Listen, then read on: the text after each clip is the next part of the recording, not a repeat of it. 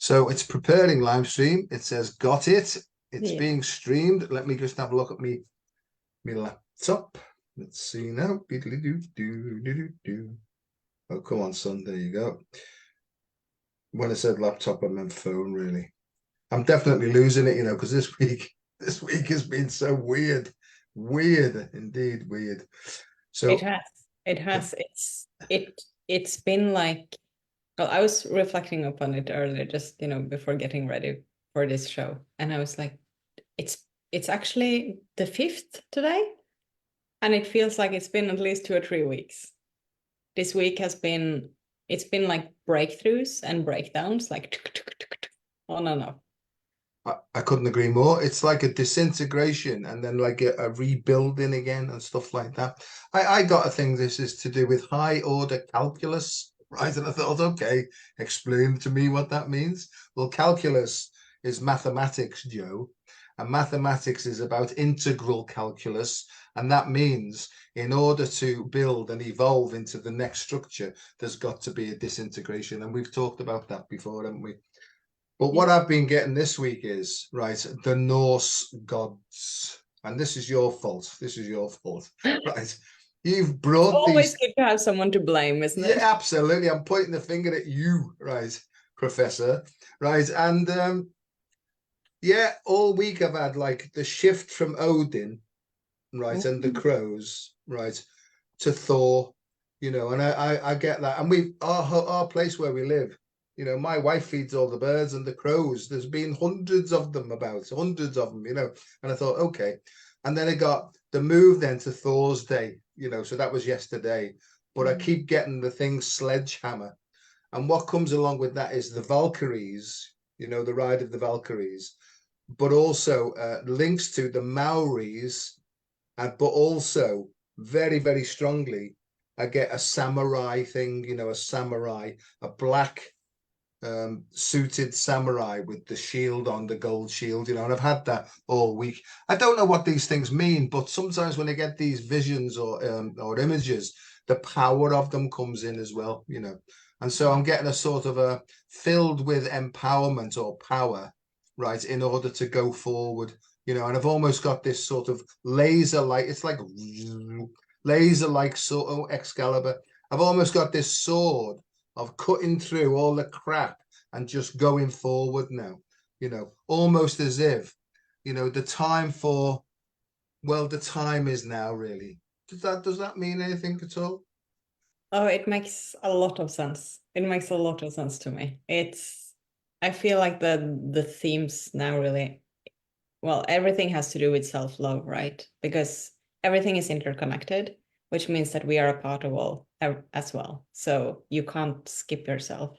No. It has to go through self-love. And with that comes boundaries. It has, what you said with the sword and like any like entanglement that isn't helpful, what's not aligned, finding out what's aligned, integrating, releasing all of it. And also with what you said with the different, like the samurai, the Norse gods, everything coming in, it feels really like I've had several experiences over the last days of feeling like I'm in several timelines at the same time.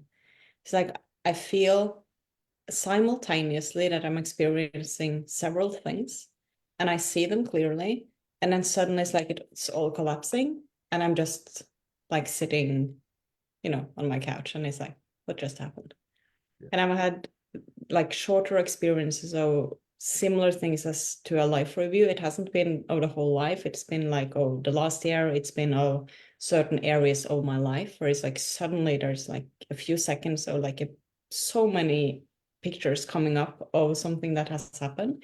And then I'm back and it's so fast. Everything is so quick. It's amazing, really, because what I got very clearly at the beginning of the week, I was thinking about you and me meeting in Houston. I was thinking about our connection, and I was thinking, Joe, this is back to your primary school playground days, right? Yes. This was before you were clobbered by society. Did you enjoy going to school? I loved it.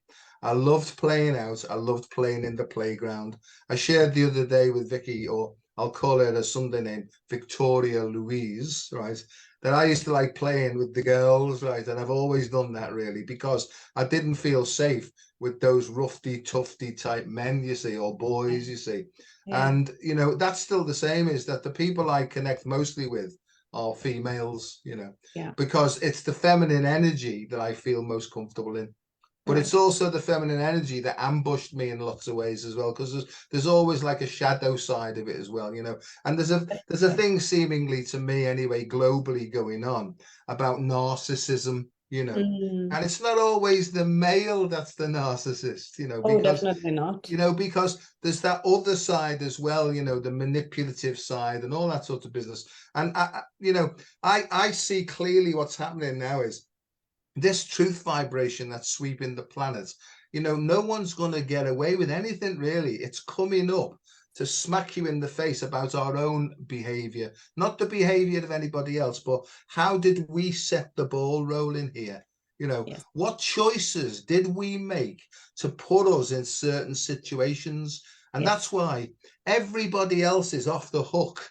We've just got to look at our hooks. Right, I've Yeah. got no idea. Sounds more like Father Delaney and preaching in a sermon here. But does that make some sort of sense to what's sort of going on at all? Or?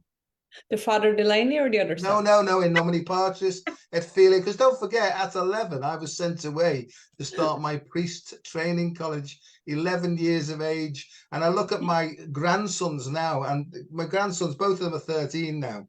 You know, I look at them and they're just like little kids. And I was away at 11 years of age, you know, right, being indoctrinated. We were up at 6 o'clock every morning, talking in Latin, right? It was just bizarre. So anyway, destiny had it that I didn't stay there for the full hit. I came back, you know. Anyway, I digress. Narcissism in both Yeah. male and female. Have you got anything to say about that? A lot. No, I think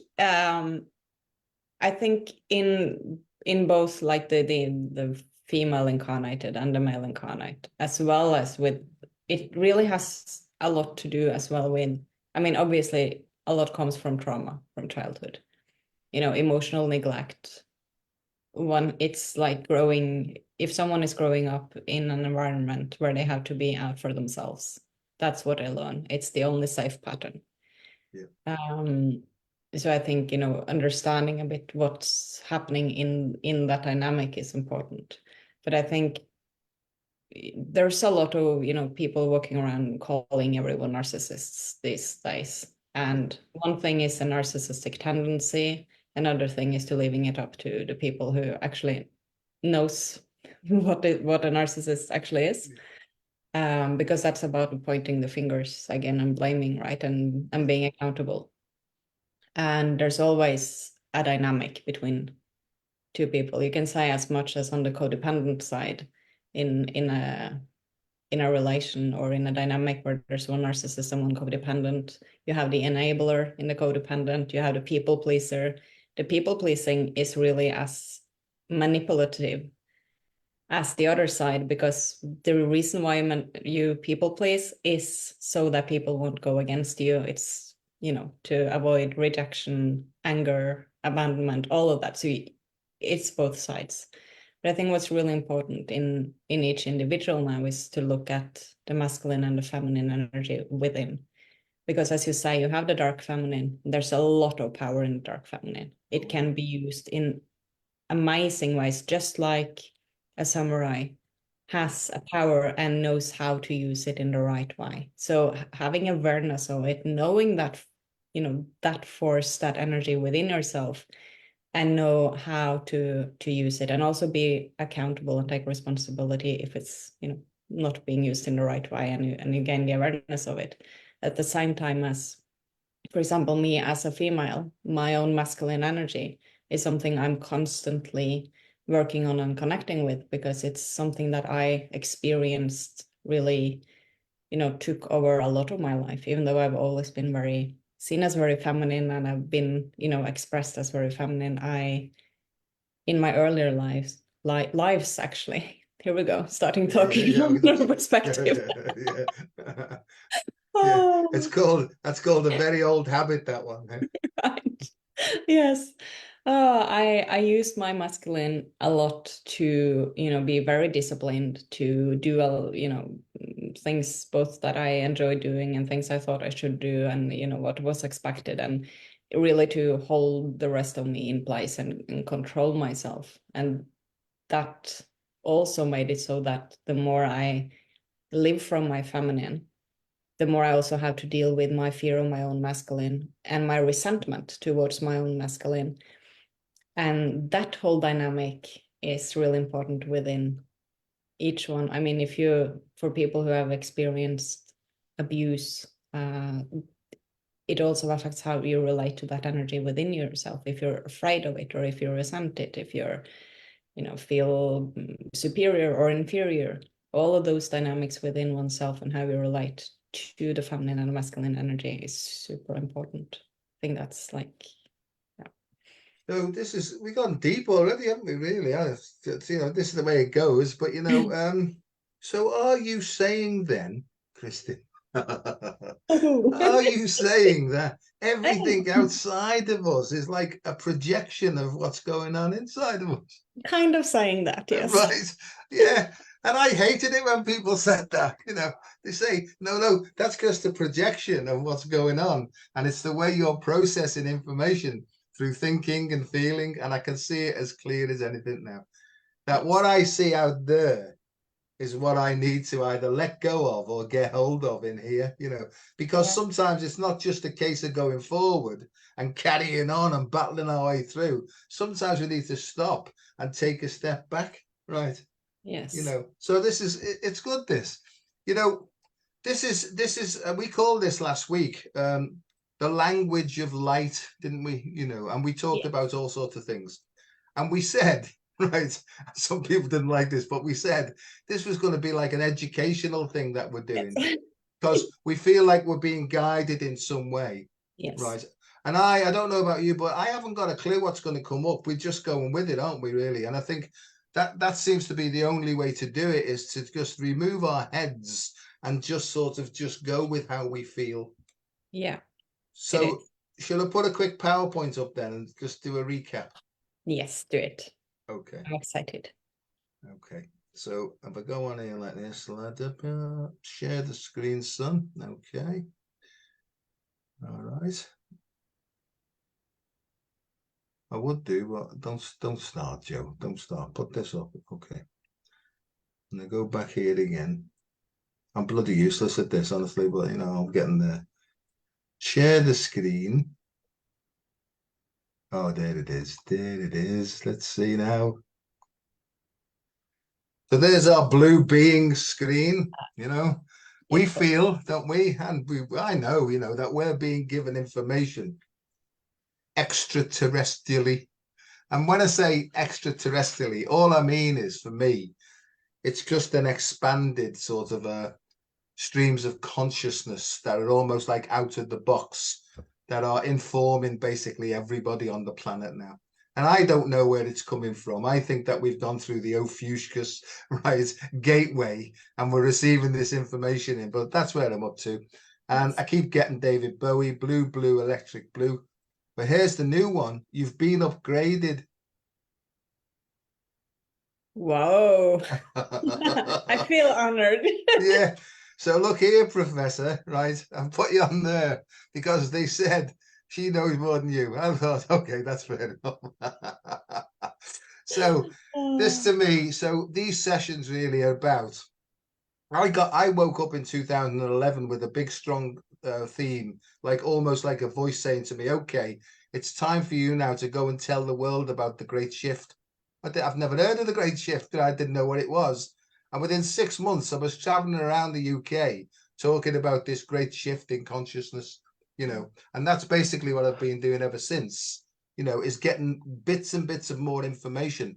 But the great shift, known to many, many ancient cultures and civilizations, is a great big shift of planets where there's all sorts of cyclical changes taking place in the cosmos with a K, that are causing us now to move out of this hell through a purgatorial or cleansing process from fear into love, you know, and love is not what I thought it was. Love to me, unconditional love is not human love. You know, I think human love to me is almost like imprisonment, control. And if I will love you forever, if only you do this, you know what I mean? So there's a lot of conditions attached to the human side of love.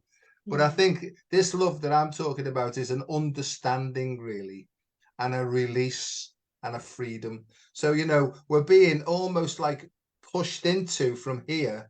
We're on our way now and being guided into more love, more care, more compassion, more kindness and stuff like that, you know.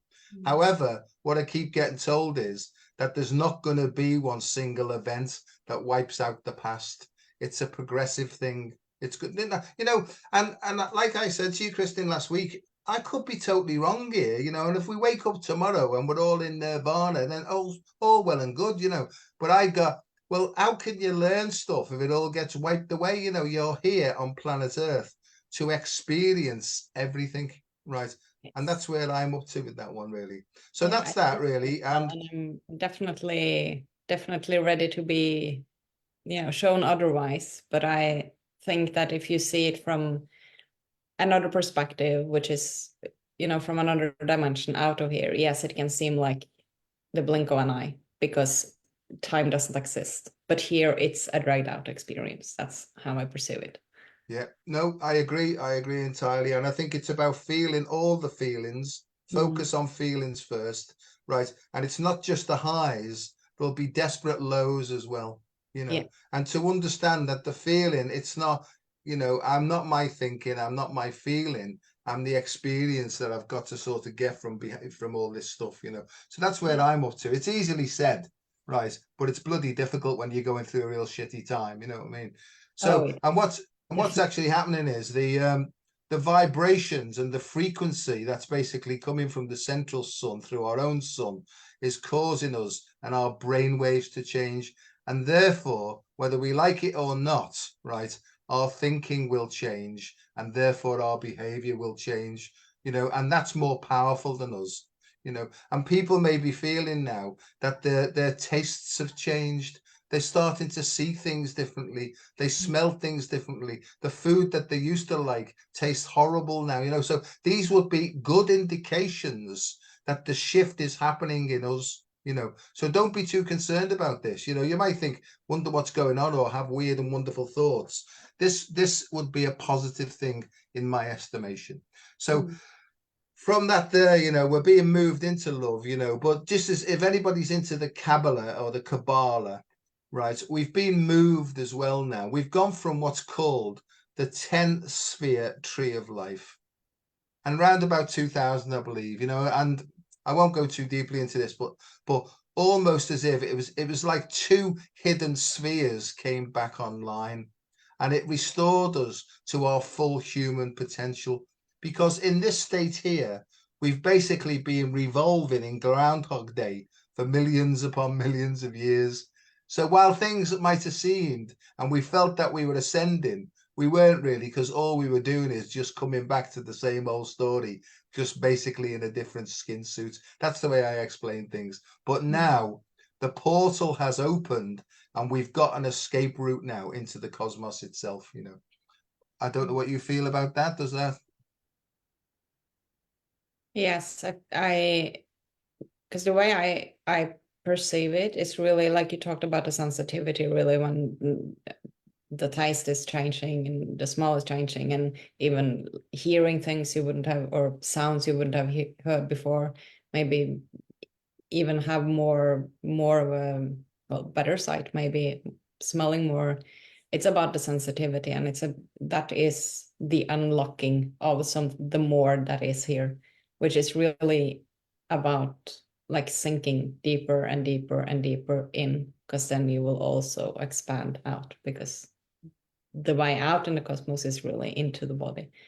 And the sensitivity is something we have to great extent, I will say, in the society we live in, been really at war with, because it's not comfortable to live as a sensitive human in the society we have. And it causes, you know, diseases, a lot of judgment of self, and all of this. And it's about, I think as well, I mean, befriending this change and this shift, because it's, in my perception, happening whether we want or not.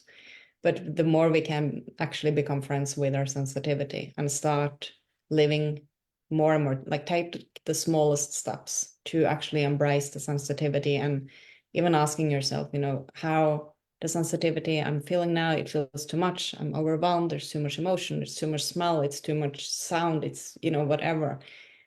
Just find a breath, come back in, and ask yourself, how is this, where in my life is my sensitivity something positive? So we like really start learning and perceiving it as something that is positive as well, so that we feel more safe to really be in the body and open the senses, because it's the way.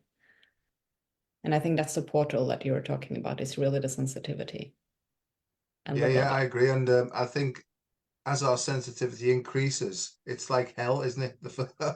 It's like hell to start with, because if you've been used to suppressing and repressing your feelings, right, I don't think anybody's going to get away with that anymore. However, there is a way that if you allow all this repressed energy to transform through an open and flowing heart first and foremost, that's the way that it regulates and governs this process. So this is really, to me, about opening the heart, you know, as some people will call that the Christ Center, or the number 13. I won't go too much into this, but maybe over the weeks we can talk further. But I think now we've got the opportunity, rather than fire it at anybody and kick off and be angry, because nobody's doing this to us. It's the way that we're emotionally processing information and feelings that's actually causing this. So I agree with you. And what tends to happen with me is, as the radar expands and extends, I go back into like a paranoia. You know, I can't be around lots of people, and I'll go down the local shops, and it's like, don't come too close to me, you know. But I can recognize that now. I know it's just another extension of my sensitivity. But beforehand, the only way I could overcome that temporarily was to drink as much as I possibly could, to try and numb myself down, you know. So I would suggest to people, and you know, you don't have to listen to us or believe us. In fact, I prefer if you didn't believe a single thing I say, unless it seems to sit true with you, you know. Exactly. Because I'm only learning myself a bit at a time, and I'm just sharing where I'm up to. But what I'm trying to say is, comfort seeking behaviors, right, starts with emotional disturbance, emotional discomfort. If you don't know what to do, you will go out and try and find some relief in another way. And that's where addictive behavior comes in, really, you know. And one of the biggest is obviously overeating, you know, and stuff like that, you know. And there's a massive epidemic of type 2 diabetes in the world now. And I think that it's all to do with our misunderstanding of how to handle suppressed and repressed emotions. Yes, I think so as well. Once we can, I mean, I can see it in my own life when I get, you know, overwhelmed by emotions, or, you know, things that are happening in my life that I'm in resistance to, that don't want to happen. It's just like, it can feel so much. So it's like, how can I possibly be able to feel all of this? Like, there's, you know, can be crying for hours, and there's some anger, like for me, and like sadness and tears has been the easy one my whole life, and anger has been the super suppressed one, like being afraid of other people being angry and not being at all in contact with my own anger. And then, you know, I will have like small bursts of anger coming up, and then I get super happy because like, this is healthy, I'm feeling anger. And then I'm like, no, I wasn't supposed to lose the anger. And it's like, you know, it's all of it, but it's just being present with it. And when I don't remember it myself, I'm really happy to have some very wise close friends that can remind me that you are not your emotions. And that's the thing, you know, if we get caught by, you know, that wave of emotion, and we forget really that we aren't emotion, that's when the fear can really take us as well. So remembering that we are really the awareness watching the emotion and the thought, and having people with us when we need, when it's too, because that's okay as well. We don't need to fix everything ourselves. You know, we can't have someone sit with us while we are moving through an emotion and expressing it. And, you know, if there is a person we know that can hold the space. And what you said before as well with the projection of everything, that projection from one part causes a defensiveness. It's a projection and protection, really. That's what happens. And then nothing can move. It gets completely stuck. Brilliant. I'll go on to the next slide now, see what's coming up. So just to recap on this, right, we've been opened up now. 2 spheres have come back online, which represent new ways of thinking. And this is now available to everybody. So in actual fact, this multi-dimensional, multimodal quantum reality is open to all of us now. Some people will understand what I've just said there, but as we go on, maybe I can understand, you know, I can sort of explain this a bit more. But we've got an opportunity now to tune into our hearts and our souls and be guided from there to almost like recorrect, recalibrate, and realign ourselves, which is our own perfect balance, you know. So, and that's what we're going to do really, is if we move through the chakras, and I won't spend too much time on the chakras, but if we surrender, our soul, or the deepest level of our own intelligence, will guide us through the energies that we need to work with next. And I found that to be very important, is if we think we know what to do, we need to let go of that thought and try and feel our way through these things. Because it's almost like our heads, the tricky dickies, are always trying to sort of misdirect us and divert us away from what's really good for us. It's almost the battle between head, heart, and soul, you know, right? Yeah. So yeah, so that's the chakras really, but it's moving through these, and as we move through the different chakras, you know, we increase in frequency. But it's, to me, it's not all about going higher. Sometimes people need to go back to their roots and work on that one there, really, you know, because, you know, they may need to fill a few gaps or plug a few holes there. And by doing that, it may take them higher up here. And, you know, so really, once again, different people have to do different things in order to realign themselves, or let me say it another way, in order to be realigned by this bigger energy that's bigger than us, you know. So there's just quickly a run through the different sort of major endocrine glands that are associated with the chakras as well. So if we just let go, surrender, and ask for help from our deepest self, and feel the flow. It's almost, some people, if they were sort of religious, could call it being moved by spirit. And I understand what they mean, you know, but if you want to talk about Tai Chi or prana or ki, or there's all different words for this spiritual feeling. The next thing is really is this is how it seems to work. You know, this is us with our skin taken off, you know, so we can remove our skin. And we have this electrical system that works through all our body. And what's actually happening is, as the new energy booms in from the great central sun, it focuses on our sun. We all know, don't we, that there's massive solar fluxes happening at the moment. Well, that's impacting upon the way the chakras work. The chakras then send energy, magnetic energy, through our meridian system. The meridian system then, because of some sort of a magneto-electric effect, will stimulate various areas of the nervous system.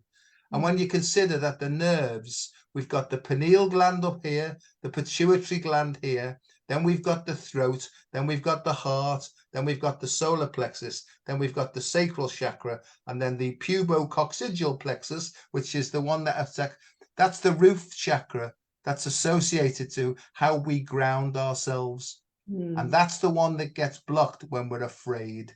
Exactly. And when we're afraid, right, we lose our connection with Mother Earth, and we're unable then to think clearly or remain emotionally calm.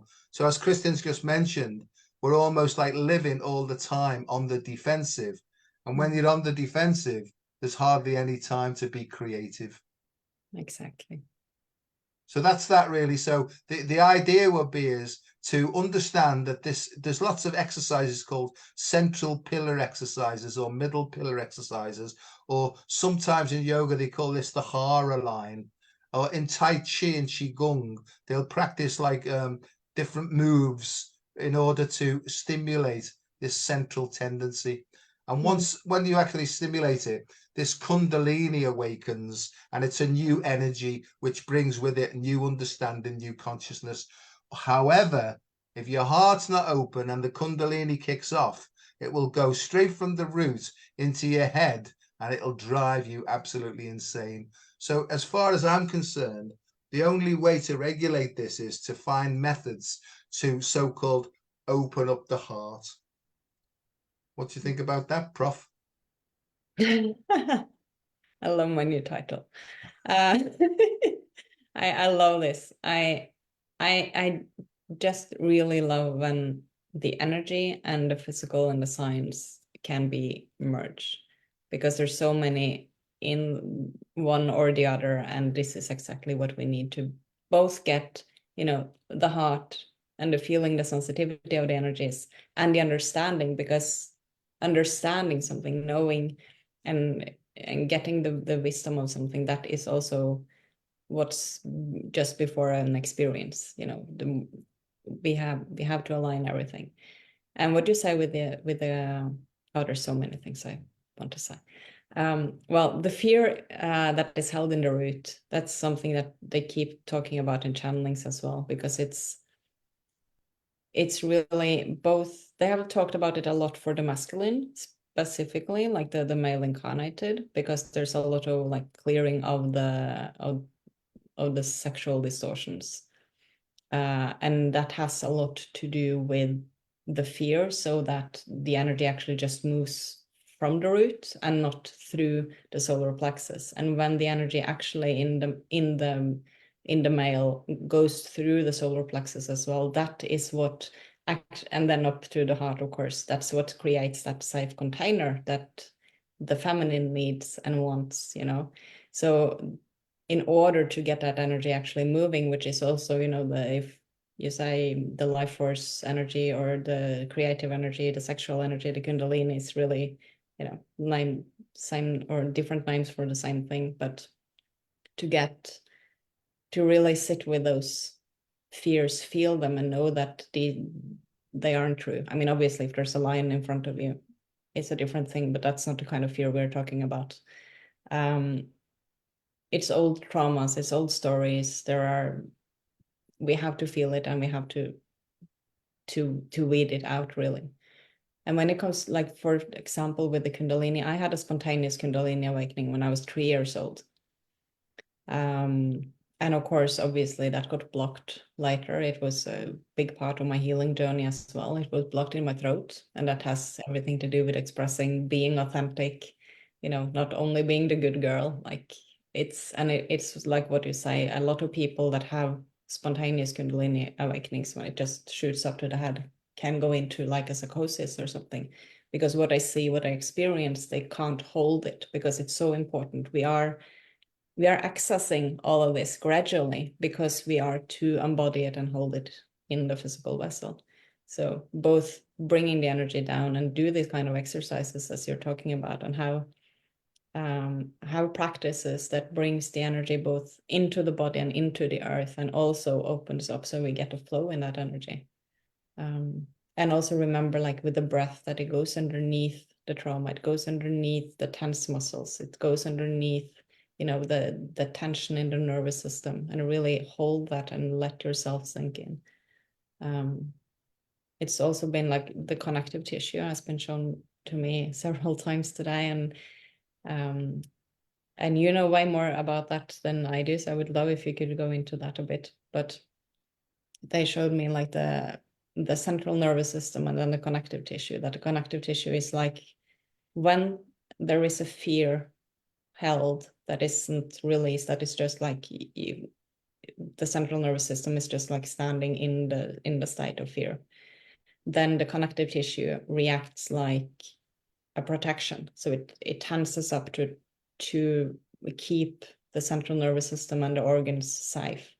And we have to work from both the like physical and the outside, and move the body as well as feeling our emotions. Not only sit in meditation and try to open the heart, but feel the emotions and do what we can to let the central nervous system actually start relaxing, and also moving the body while we are doing some of this, because that helps the connective tissue to start releasing so that it all can work well together.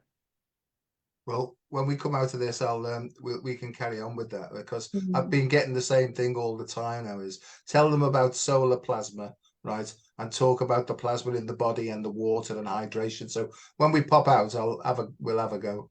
Yes. Just bear with me. I don't know. So all these wires, I mean, the electrical system, you can simplify it. This is that the electricity in the form of electrons runs down these, you know. So it's almost like a wiring diagram, this really. And you can just imagine if one of them's short-circuited or obstructed in some way, or even cut, then obviously the sensations that normally come through won't get through to the end organ that they need to, you see. So is there some way that we can reconnect and maybe even develop new neural pathways? Well, yes, there is, because neural plasticity is a thing now. It's a thing in physiology, and it's becoming more and more important, as well as stem cell research and stem cell regeneration. So there's lots of stuff on the way out that we've been talking about for God knows how long. So the next bit is, oh, that's the thing there. This is basically that fellow there, or that human being in the middle. That's what's being acted upon. And this is great, the universal soul, this really. But more than anything else is, it's based on this 12 sphere.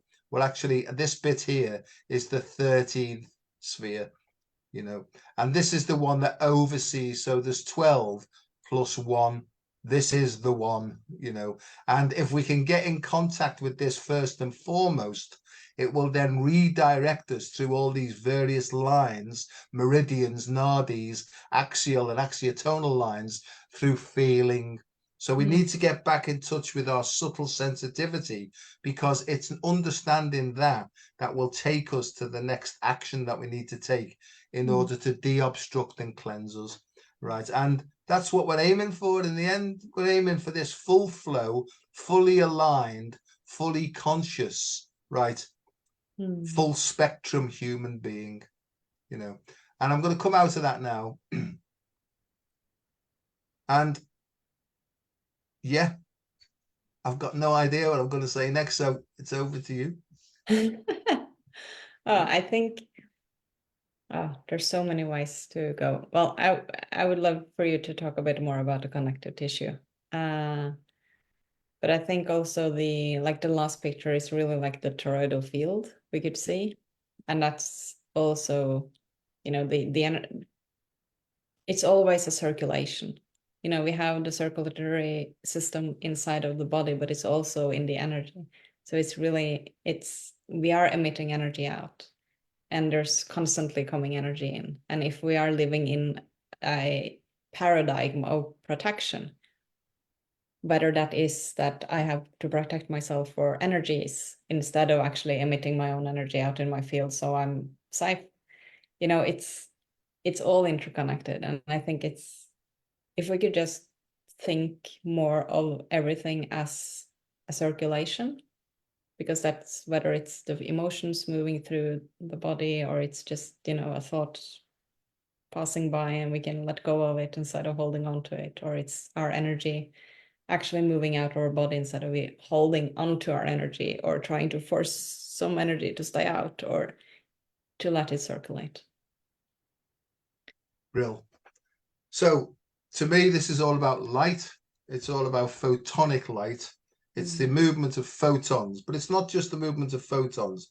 It's the movement of protons as well. And protons are hydrogen ions. So it's about hydrogen, but it's not just about photons and protons. It's also something about phonons as well, because phonons are little quantum particles of sound as well. And they're almost like the vibrations. So this is all the P's. But to go back to the photonic plasma that's actually flooding the planet now and working through our own sun, these influxes of protonic light are working through a plasma. They're working through the plasma. So the light is traveling through the plasma. And that's also impacted when it impacts our body as well and works through the skin. It works through the water in the body. right? And the water in the body, see, here we go, it's back now, it's here now. Go on, son, you're doing well. So the water in the body is affected by the light. And as you know, water is hydrogen, oxygen, and hydrogen. So we've got the protons there as well. So what actually happens is the light in various frequencies will cause the water to change frequency as well. So that's how light is transmitted. But it's not just ordinary water, it's something called structural water, and it's the fourth phase of water. And this structured water actually works around through the connective tissue, and it surrounds the nervous system, right? And so what happens is the light comes in, it impacts upon the pH of the water, that impacts upon the way that the electrons work, right? And depending on the frequency, it will have a different impact upon different areas of the body as well. So that's how this all steps down. But science, ordinary, basic, lying science, right? They don't want us to know about this structured water, you know. But it's true. It's a sort of a phase that's a superconductive phase that will allow light to come in. And then this links, and we can talk about this in the future, to something called optogenetics as well, where we can use not only light, but we can use sound to change the way the electrons actually move in our body and de-obstruct. I always see like a spiral, you know, like a toilet brush. Yes. I see like these mini toilet brushes going like that through the nervous system and allowing more and more and more light to come through. And it's the different frequencies of light, right, that impact upon the different chakras that will direct the energy to where in the body it needs to be worked on next, really. Now, the connective tissue, as Kristin's just said, in fear, it's almost like a cling wrap or cling film around the muscles and the nervous system. And in fear, everything tightens up like a shroud. That's the problem. If we've been in thixotropic, there's a word for you, thixotropic, I'll have to look that up later. It's this thixotropic effect that's caused us to be bunged up. And what we're really asked to do now is, as we let go, more and more of the fluid and the plasma in the body will start to work around. If we move with it, if we have connective tissue massage as well, that will clear the obstructions. But we need to be moving. We need to be doing something like waving hands in the clouds. And there's an upflow and there's an outflow as well. We won't know, we won't know about this until we start to feel it. And at first, you may feel obstructed, right, and tense. That would be a good thing, because at least you're getting back in touch with your feelings then, right? The idea would be is don't go and drink as much alcohol as you can, because temporarily that can give you a freedom effect, but you just need to spend loads of money on alcohol to get it. You can do all this stuff naturally now and allow, if you like, the soul to come in and inhabit the physical body. And that's what I get, inhabit. And they told me today clearly, as Joe, a habit is what monks were. It's the thing that they were, a habit. It's right. So sometimes we've got to take all these old habits off and basically become completely and utterly naked and be happy with it as well. I've said a lot there. I don't know whether that made sense, but oh, it's making a lot of sense. You know, in some channelings they've said again and again that light and sound, like the vibrational medicine, is really the future medicine. And with what you're saying about connective tissue, I'm remembering, even though I haven't like listened through the whole channeling that came through today, when I hear words that was said, sometimes there are like bits and pieces that comes back. And they talked about the connective tissue and the liquid part of it to be one of the main clues to resolving or curing cancer actually in the future, which I think is very interesting.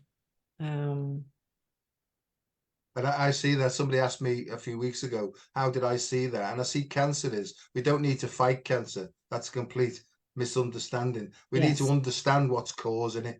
And what's causing it is simply an obstruction to the free flow of this vital energy through our bodies.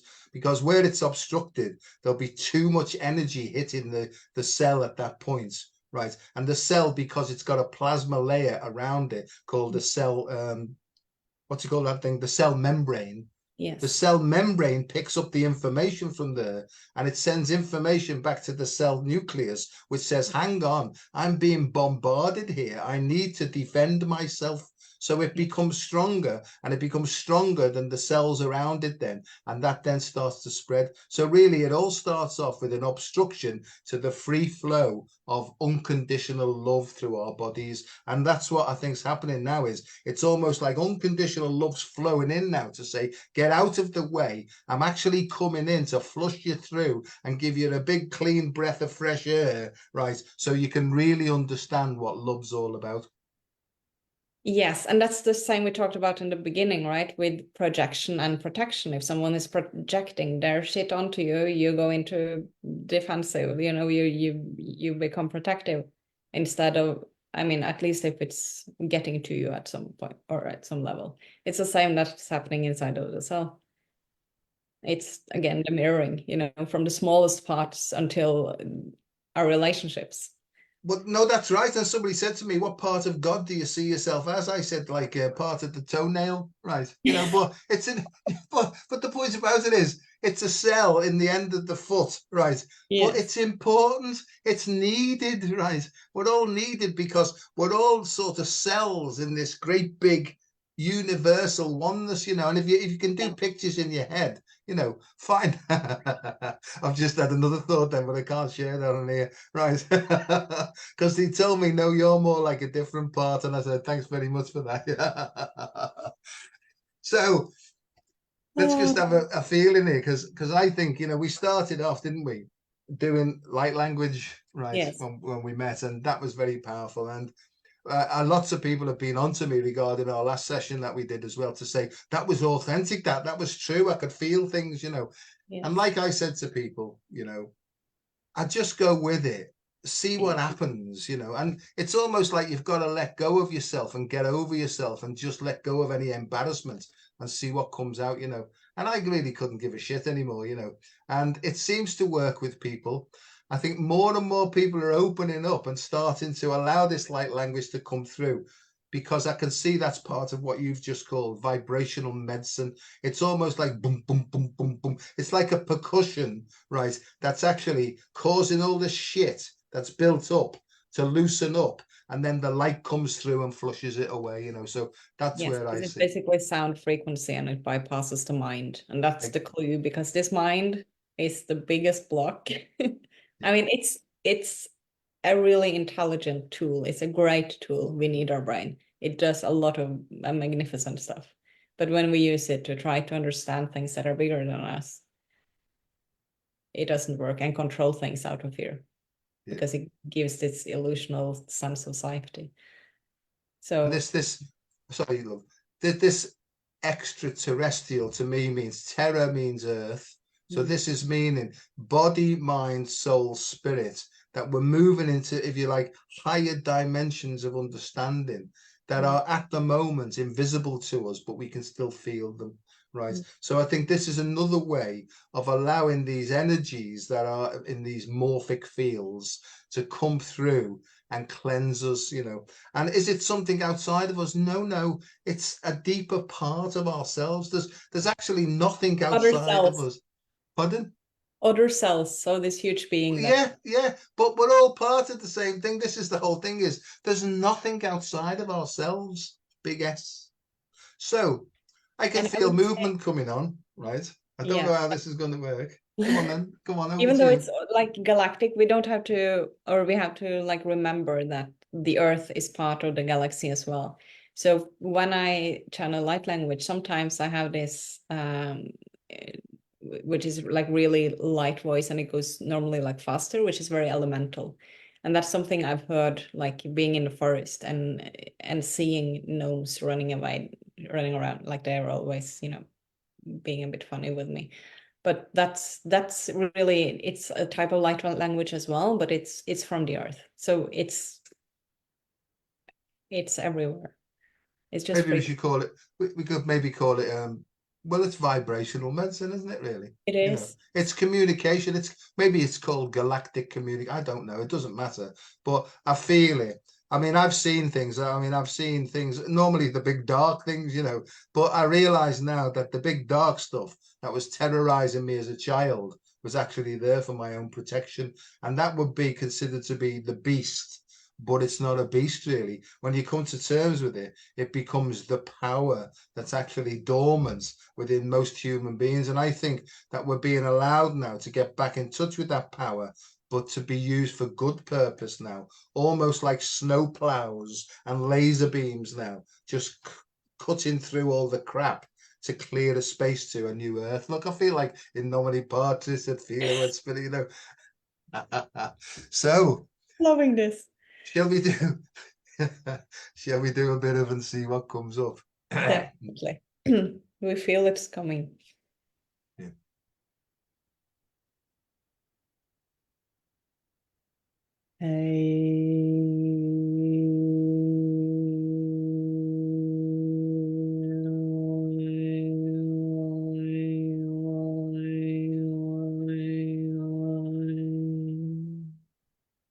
Resum dir bei sham da. Amma ko tori bit rasum dir bei takhsa.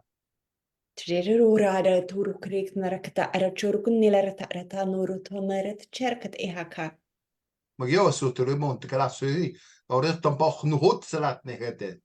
Tereku aratum paratun churkun nilarata ayatum parat aler churuktinert intiaka.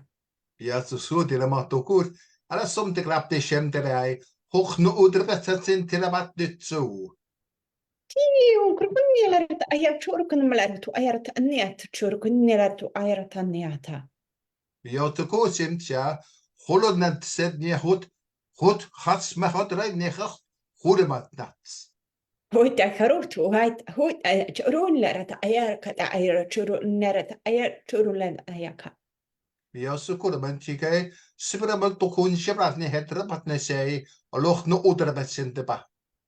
Charalatata, churularatata, churularata, churularatata, I charat to ara ut charatarata, I chorat.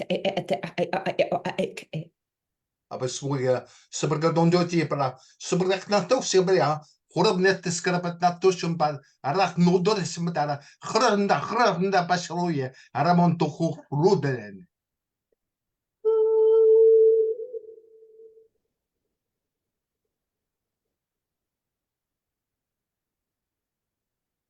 yoko sapiano bu hana so sima kurata sham tekle hola net se iano to for chance gele haramundu desme hutan zalt no horan nemetesh.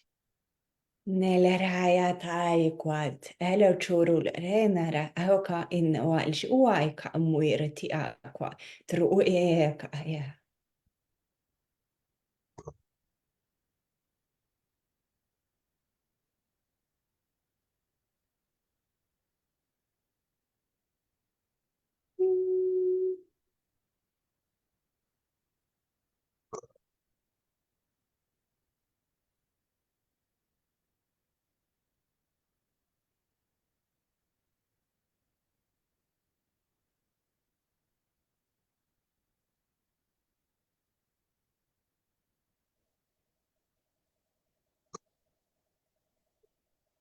Stop there,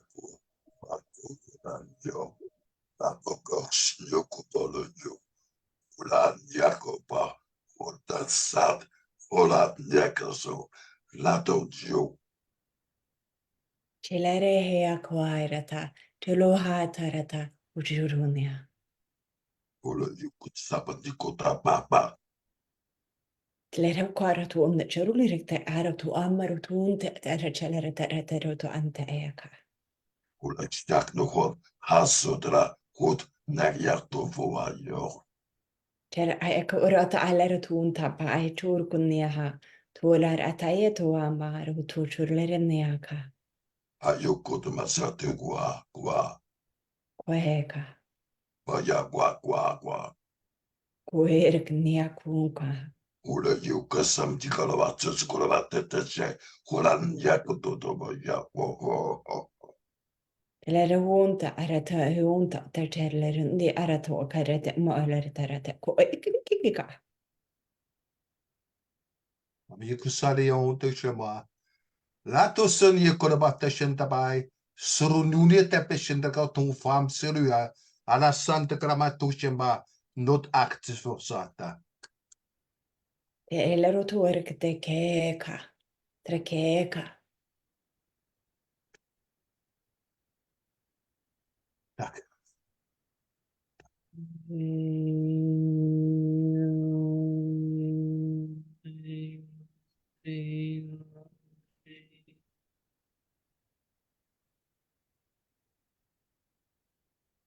I am done.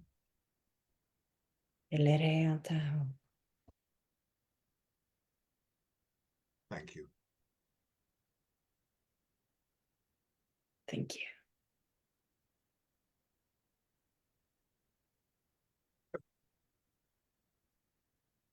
That's that deeper one's coming through much more powerfully now.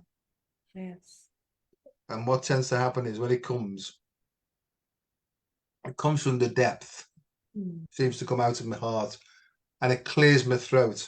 And what tends to happen is I get the feeling in there, you know, and sometimes it goes, I can't explain it, but it goes at the front, but sometimes it goes behind that and then out through there. So that's almost like, again, a sonic cleanse, really.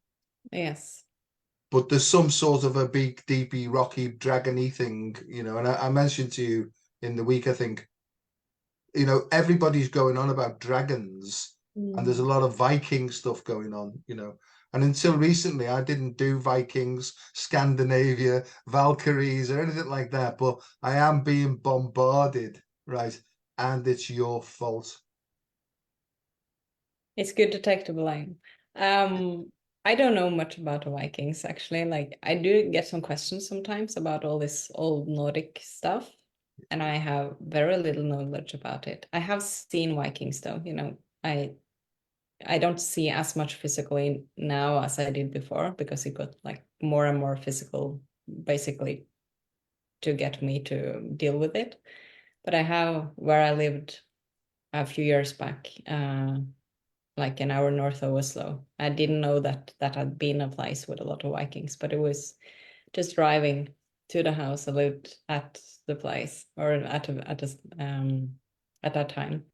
I saw all these Vikings suddenly like running around, like they were huge, like running on the fields, and then they were, you know, cheering and having like a party with this whatever thing they were drinking, and it was like, what the hell is going on here?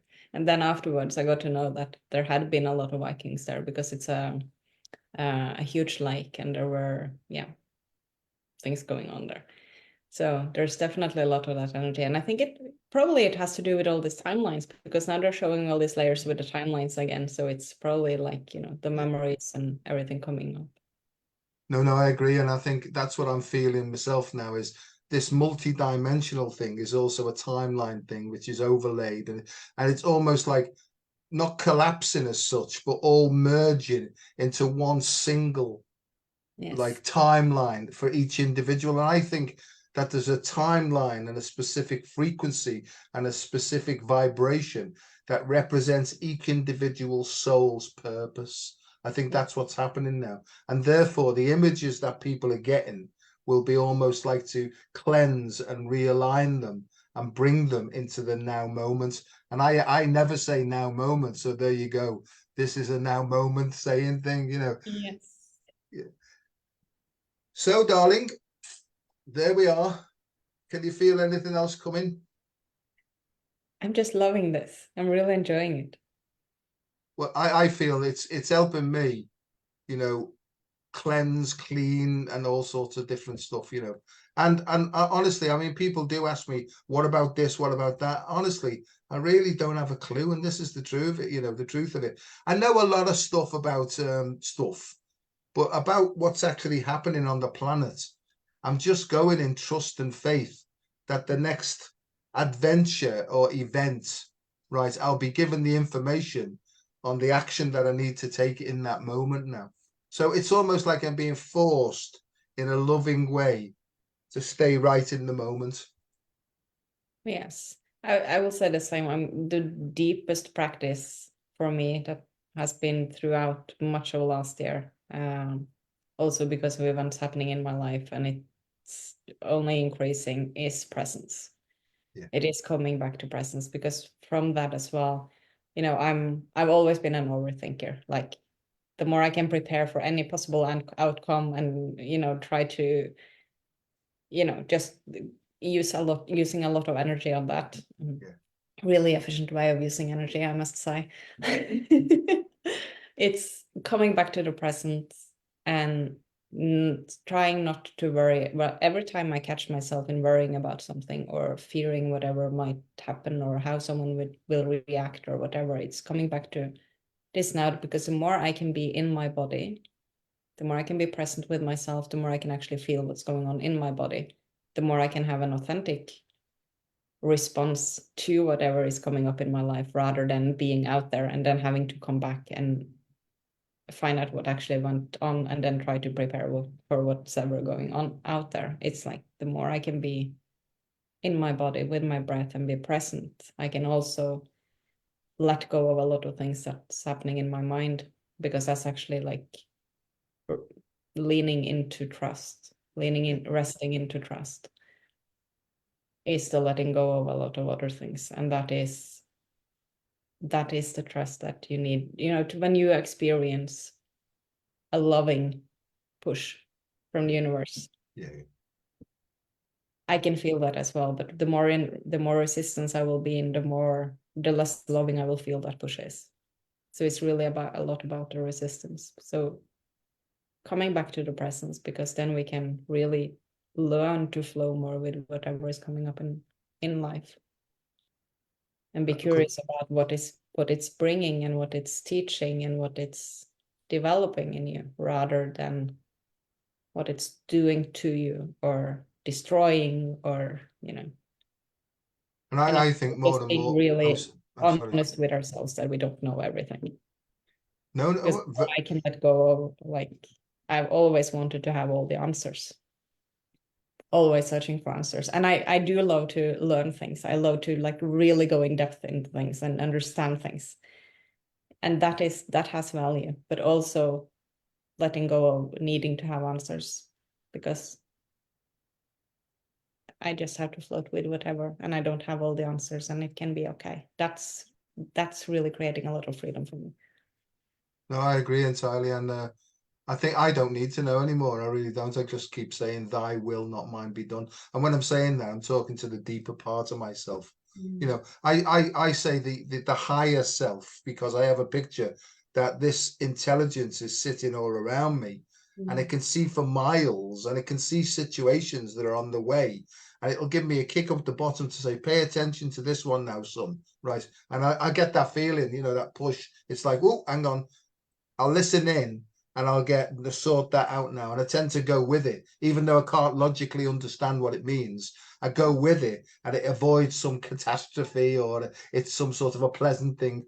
I have to be honest, though, in the last few months, I found things difficult, and the joy of living is my theme, and I try and do that, right? But I haven't found it that joyful. Right. The majority of my life over the last 2 or 3 months hasn't been joyful, although there's obviously been moments when I've been filled and completely overwhelmed with joy, but I'm just being honest, I mean, sometimes I wake up and think, just fucking kill me now, because it's just too hard, and I'm only being honest. And then I go, oh, hang on, hang on, right? Steady on, son, steady on, right? We don't know what's coming. We don't know what's up. But I do feel when we do things like this, that it's serving a deeper purpose for some reason, And I'm not out, Kristin. Really grounding to me. I can relate very much to that time frame. Yeah. Like, all being Yeah. like, what the fuck, universe? Yeah. Pardon my language. Like, I did not sign up for this. Like, there's just no way. Like, cut a crap. But then also, like, the deep sense of connection and feeling like, okay, there is like those moments when I feel that surrender. that's amazing. That's a freedom and trust that I hope to experience more in my life. So Well, it's to be honest, both. that channeled message you did the other day, and you were saying that there will be more and more earthquakes and things and tsunamis. And then the next day in Japan, right, that happened the next day, right? And I thought, has she done this on the same day that it happened, or was it the day before? And I thought, no, it was the day before. I thought, God, that's good. That's good. I must listen to her more often. Yes, I think from like things happening on the with the earthquakes is what I can feel the most, like physically on my body. It's well, I do too, and you said about the happenings at the magnetic core of Earth as well, because that's being affected by the magnetic core of the sun as well. So that's like that string thing, you know. And it's quite clear to me that global or climate change is because the globe's moving around, you know, right? But I'm not going to get into all that nonsense, you know what I mean? But it makes sense that over time there's slight changes, and what used to be an ocean becomes a desert over a long time, you know. So we're always going through these gradual changes, and I think the more time you can sit with it, the more you feel the gradual changes taking place, because nothing's static, is it? Nothing's static at all. It's always moving, like ourselves, you know. That was a bit deep, that really, but it's beautiful. It's about allowing rather than monitoring. Allowing.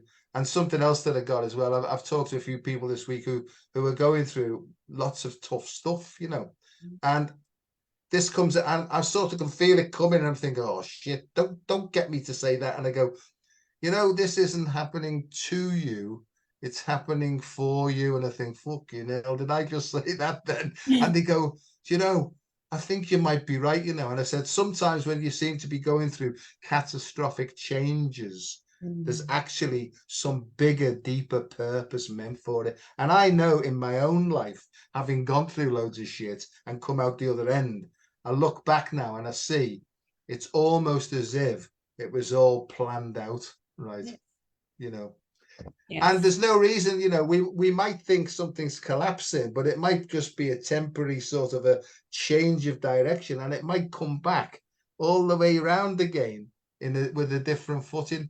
Who knows? Exactly, because you have all these connections, right? It's a structure, some sort of geometric pattern or structure, and it takes a lot of energy to take those parts apart from each other, you know, to break it up. That's what we experience as the breakdown.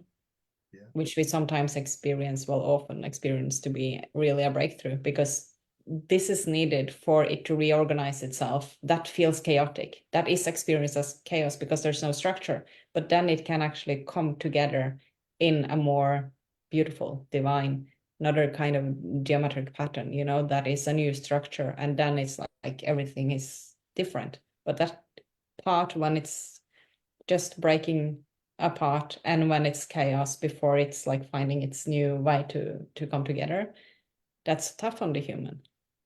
That's why we need compassion for ourselves and for others, because it sucks to be human sometimes, but it's also really amazing. It's all of it. It is it's a recalibration. It's a recalibration of the human psycho-cybernetic loop, and I think, thanks very much. Nice. Fucking hell. Well, I'm like, what does that mean? Right. And again, just trust it, and you'll get the understanding, as I've said before, 3 months after you've taken the action. I said, well, thank you very much for that. Yes. So there we are. We'll do another one of these at some point, shall we? Yes. And carry on from here. And thanks, everybody. I noticed that last time somebody asked about, could we talk about herbs and things like that?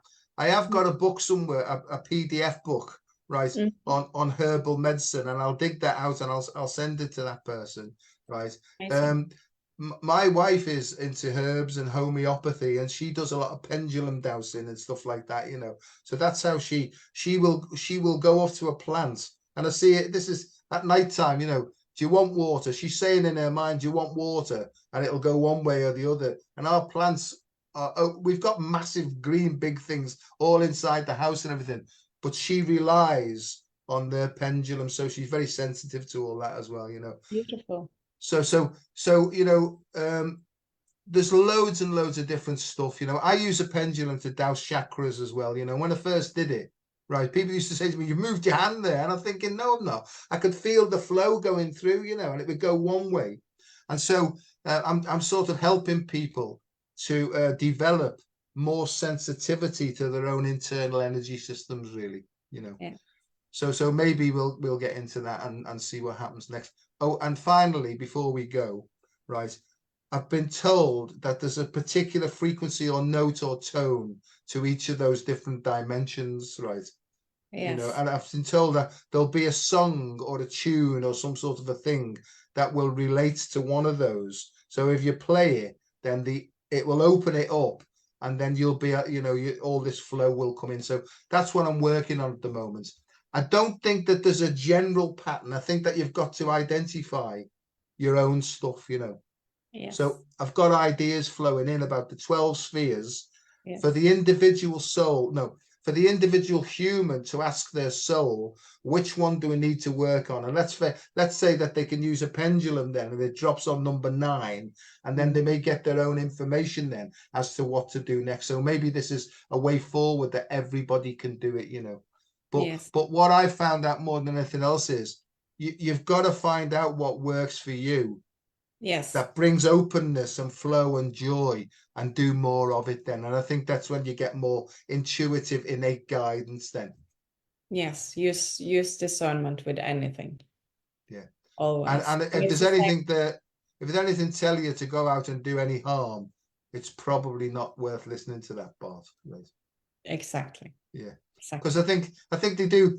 Every now and then a red herring comes through just to see if you're paying attention, really, more than anything else. Darling, I love the bones of you. Thanks very much. I've enjoyed this You too. immensely. I look forward to our next one. So when we feel it's the right time, we'll let everybody know. And I hope everybody who's listening to this gets something from it. But like I've said many times, is what you're looking for is not out there. You know, it's probably not in here. It's definitely not here first. It's here. And I think if you can listen to that or get the feeling, it'll send information up here and then act upon that then, really. And that was like the unicorn and so on. I've just looked at myself there. Do you like me beard? It's growing in there. I'm like becoming a wise old man. You're a wise old man. No, bollocks. So I'm gonna Unicorn. yeah, I've been playing around with it. I'm thinking, nah, I don't like it. It's all too itchy and horrible. Right, my love. Well, thanks very much, and lots of love to you and yours. And I'll speak to you soon. Thank you for having me. I really enjoyed. Looking forward to the next time. And I Okay. really love you. Thanks, everyone, and thanks for listening. Bye-bye.